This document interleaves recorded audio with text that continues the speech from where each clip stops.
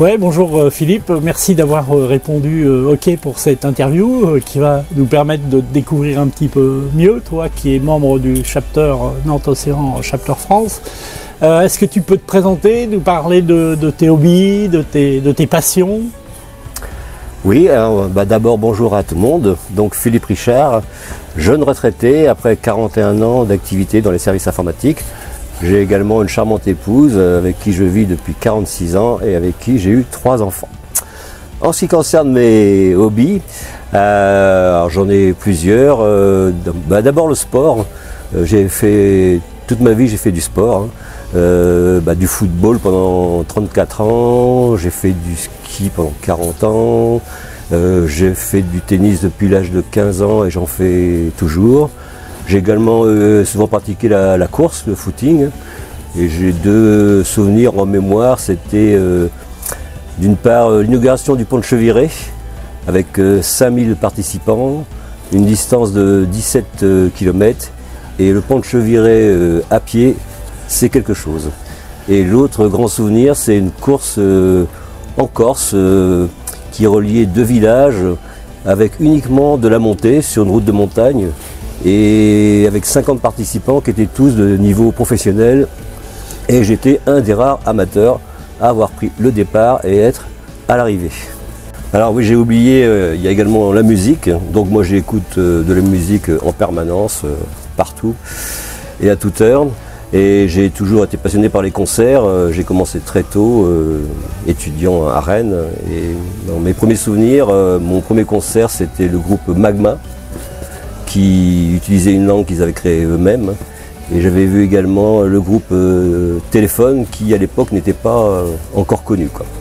J'aime aussi, j'ai toujours été fan de la culture bretonne, de l'histoire et de la culture bretonne. Et je pratique ce qu'on appelle les fest-noz depuis très longtemps. Et je participe notamment tous les ans à Rennes à ce qu'on appelle Yahank, qui est le plus grand fest-noz du monde avec 8000 participants. Alors venons-en maintenant à la partie moto. Depuis combien de temps tu pratiques la moto? Quel type de moto? Quel style? Est-ce que tu peux nous en parler? Oui, alors moi j'ai passé mon permis moto à 17 ans. À l'époque ou à 16 ans, avec une épreuve de conduite et de code de la route, on pouvait conduire les motos toutes cylindrées, sans aucune limite. Donc j'ai commencé par des routières Honda ou Yamaha, et après j'ai eu une parenthèse avec mes frères et beaux-frères. Pendant 9 ans, on a pratiqué la moto tout-terrain et enduro.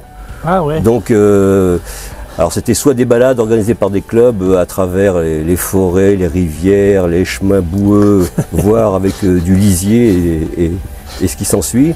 Et j'ai également participé à des enduros. Donc là c'est des épreuves officielles, chronométrées, avec un championnat, et où il y a à la fois des professionnels et des amateurs comme moi. Alors moi j'étais plutôt dans le bas du classement.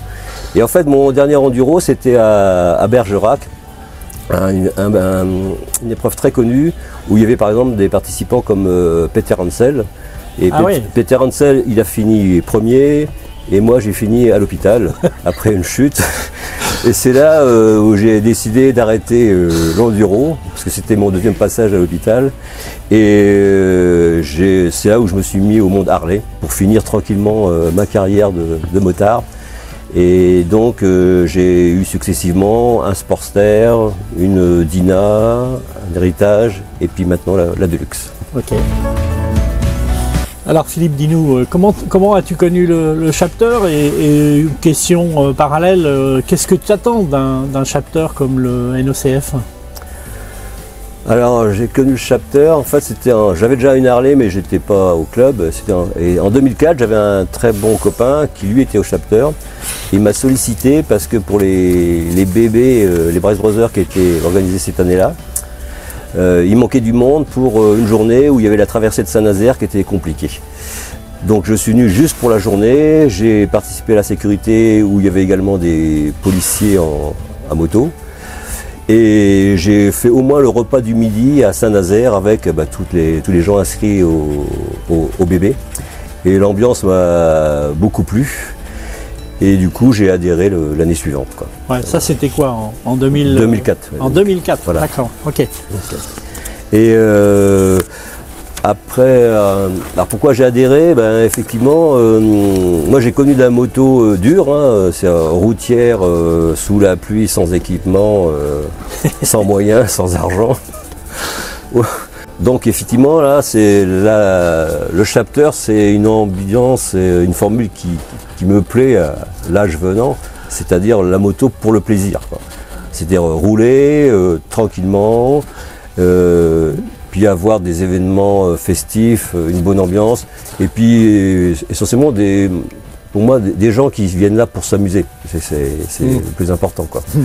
Ouais, parce qu'on sait que tu aimes bien faire la fête. Hein. Ah, il paraît. Ouais. Bah, c'est-à-dire que je peux pas quitter une fête tant qu'elle n'est pas finie, donc c'est long. Et sinon, avec l'expérience, j'ai pris goût effectivement à la sécurité, à participer à la sécu, et je le fais pratiquement depuis mes débuts au Chapter. C'est une activité qui me plaît énormément. Alors, dans ce rôle de safety, c'est quoi ce qui te plaît? C'est une petite dose d'adrénaline quand tu remontes les convois? C'est ça, c'est c'est de mettre en sécurité les autres? Alors les deux, c'est parce qu'on voit que quand on est en groupe, si on veut pas que le groupe soit découpé en plusieurs morceaux, il faut une sécurité, sinon ça finit mal, quoi. Ouais. Après, c'est vrai qu'en tant que safety, on fait tout ce qui est interdit.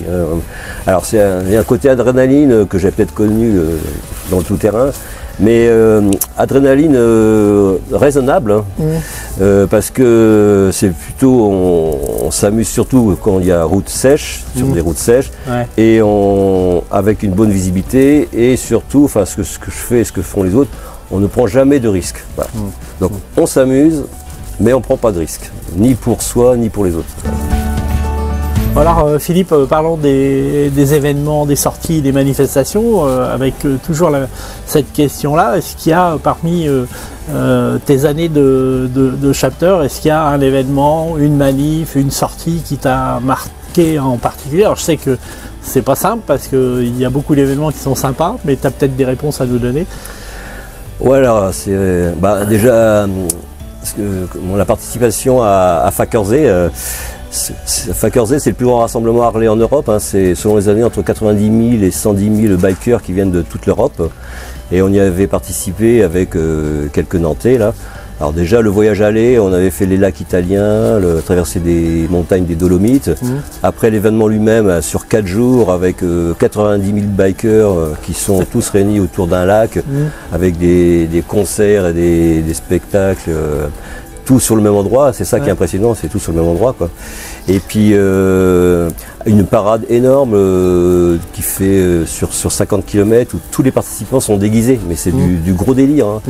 Et avec les Nantais, on s'était retrouvés devant des Italiens avec la passagère qui était en string rose fluo, et on est resté coincé pendant un quart d'heure derrière cette moto, on n'a jamais pu doubler. C'était une ambiance énorme. Et un dernier grand souvenir, c'est pour les 110 ans de Harley Davidson en Europe, c'était la bénédiction des Harley par le pape, place Saint-Pierre à Rome. Donc j'étais présent avec d'autres Nantais, une foule énorme, et on a vu le pape passer sur sa papa mobile. Mais ce qui m'a fait le plus marrer, c'est le mélange entre les bikers qui étaient tatoués avec des têtes de mort, les bonnes sœurs de tout le monde, du monde entier avec leur uniforme, quoi, et les touristes japonais avec leur appareil photo, quoi. Ce mélange, c'était vraiment c'est un beau souvenir, ça. Splendide. Alors on voit que tu as quand même eu pas mal de beaux événements dans ton passé de biker, et je suppose que dans tout ça, tu peux peut-être nous trouver une belle anecdote à nous raconter. Ouais, finalement c'est le tout début. Ma première Harley, c'était un Sportster 883 que j'avais acheté ici, hein, chez Boucard à l'époque. J'avais acheté en 2002, un beau rouge bordeaux, là. Et en fait, 2 mois après, avec des amis, on a été à Montlhéry voir des courses vintage. Et au retour de la course, ma moto était plus là, je m'étais fait voler, donc au bout de 2 mois. Alors j'étais un peu catastrophé, je savais plus quoi faire, soit tout arrêter ou pas. Et finalement, je me suis décidé à racheter un nouveau Sportster. Et du coup, c'était en 2003, et c'est ça où ça s'est transformé en chance, parce que 2003, c'était les 100 ans de Harley Davidson. Et donc là, d'une part, le Sportster que j'ai acheté était millésimé 2003, 100 ans. Et en plus, au magasin Boucard, il y avait une affiche qui faisait de la pub pour proposition de voyage pour faire les 100 ans de Harley-Davidson à Milwaukee. C'est ce qu'on a fait avec ma fille et 2 amis. Donc on a fait une semaine à Milwaukee et on a participé aux festivités des 100 ans de Harley. Pour donner une idée, pour faire court, il y a eu 400 000 personnes et le concert final le dimanche, il y avait 110 000 personnes, 110 000 participants. Ah, quand même. Et c'était avec ma fille, c'était notre premier événement Harley-Davidson. Voilà, Philippe, on arrive au terme de l'entretien avec les 3 questions habituelles. La première, si tu devais être un acteur. Alors un acteur, ça serait Clint Eastwood dans ses premiers films. Alors pourquoi? Parce que dans la série L'inspecteur Harry, il descend les racailles plutôt de les plaindre, et ça j'aime bien. Et dans ces westerns, on voit que c'est un homme, un vrai, et c'est une espèce en voie de disparition, donc j'aime bien. Ok. Et si tu devais être une ville étrangère? Alors ça serait Sydney en Australie. D'une part parce que c'est une ville qui est en osmose avec la mer, avec sa baie qui est splendide.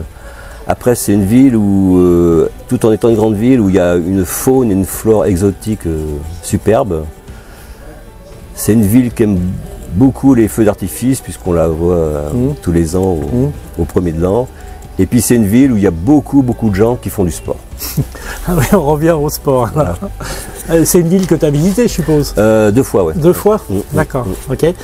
Et si tu devais être un film maintenant? Alors, un film, c'est un peu spécifique, c'est Le bal des vampires. Ah oui.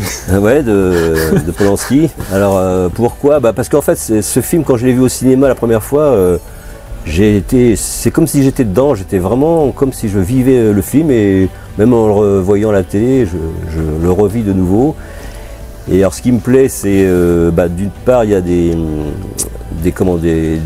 paysages, des Carpates sous la neige qui sont splendides. Après c'est une histoire de vampire que j'aime bien, mais avec beaucoup d'humour. Et puis il y a une particularité, effectivement, il y a 2 superbes actrices, une brune, une rousse dans le film. Mais il y en a une, c'est Sharon Tate, qui était à l'époque l'épouse de Roman Polanski, et qui quelques mois après s'est fait assassiner par Charles Manson et sa secte, alors qu'elle était enceinte. Alors c'est pas spécialement joyeux, mais ça fait que ce film-là, pour moi, c'est très important, quoi. Et t'avais quel âge quand t'as vu ce film-là? T'étais ado ou non? Alors j'ai dû le voir, non, je devais être étudiant, je pense. Ah ouais, d'accord. Donc c'était peut-être pas forcément à sa sortie, mais... Non, parce que ça peut foutre la trouille aussi un peu. J'étais étudiant, je pense. Bon, on va terminer par une phrase ou une citation qui pourrait te définir, ou que tu apprécies, ou que tu aimes bien. Est-ce que tu en as une? Oui, alors on revient à Clint Eastwood. La phrase que j'aime beaucoup, c'est celle-ci. Le monde se divise en 2 catégories. Il y a ceux qui ont un pistolet chargé et il y a ceux qui creusent. Toi, tu creuses. D'accord. Parce qu'en fait, pour moi, ça veut dire qu'il y a des réalités. Et il y a des réalités et il faut les voir. Et pour ceux qui ne connaissent pas, cette citation, ah oui, alors on la retrouve dans alors c'est un des westerns. Le bon, la brute et le truand. Voilà. C'est une citation mythique de ce western qu'on retrouve dans ce western. Écoute Philippe, un grand merci à toi, et on se retrouve bientôt sur la route. Également, ouais. Merci de m'avoir invité, et ça a été un plaisir de participer à cet exercice. Au revoir à tout le monde et à bientôt, soit sur les motos, soit autour du bar. En fait.